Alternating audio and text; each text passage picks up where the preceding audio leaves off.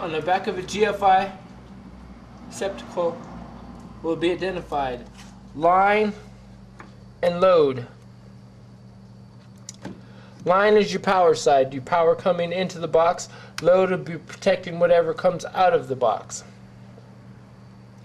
Now, since we do not have a load, we're just going to hook up just the line side, so the plug will be operating all by itself.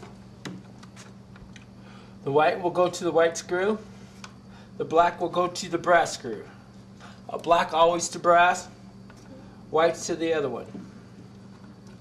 Green will be your ground.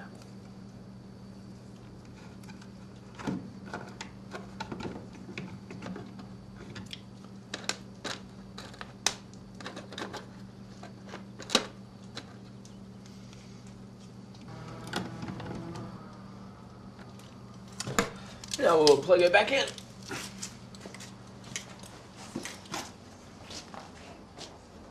Breaker's back on. Should be able to reset.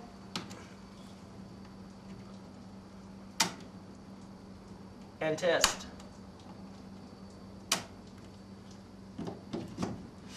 And your light's back on. Your GFI is correct.